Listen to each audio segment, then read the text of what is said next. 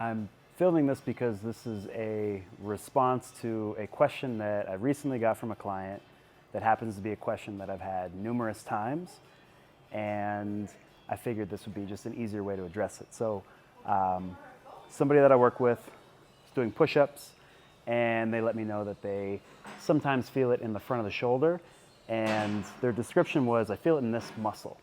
And it might be a bit misleading, but that's potentially the bicep. And what can often happen is if the shoulder is not in a good position, or it's not in an ideal position, it's not stabilized appropriately, the bicep can take on an awful lot of the job of stabilizing the shoulder joint, potentially doing what the rotator cuff should do. So I have these things right here just to represent the shoulder blade and then the upper arm. And if we're doing a push-up and something maybe comes out of position, this gets stretched out. And it's the job of the rotator cuff to keep this all together.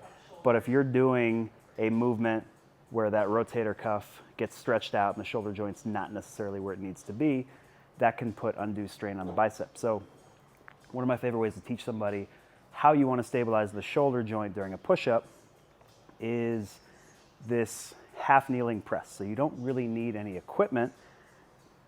It's going to look a lot like the midpoint of a Turkish get-up. So right now I'm at the bottom of a lunge, and I'm going to open up the hips, take my right hand, slide it down my right leg, find the floor, and in this position here, I'm pushing my hands away from one another, chest is lifted, and what I'm looking to find on this left side, the muscle in my armpit, my lat, I want to find that engagement. So if you find that when you do this, you're feeling this in the front of the shoulder, you're probably reinforcing that bicep doing a lot of the stabilization. And if that's the case, start with a relatively small range of motion on this while you find your lat. And then eventually you should be able to get that arm pretty far behind your body. I'd recommend doing that on both sides.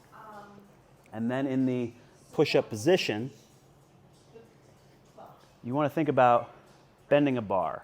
So this is not to say that the elbows get stuck into the side, but it's to help you engage those same lats on both sides, and then think about using them to pull yourself to the floor and push yourself away. Prioritize that engagement from top to bottom, and that should help out quite a bit.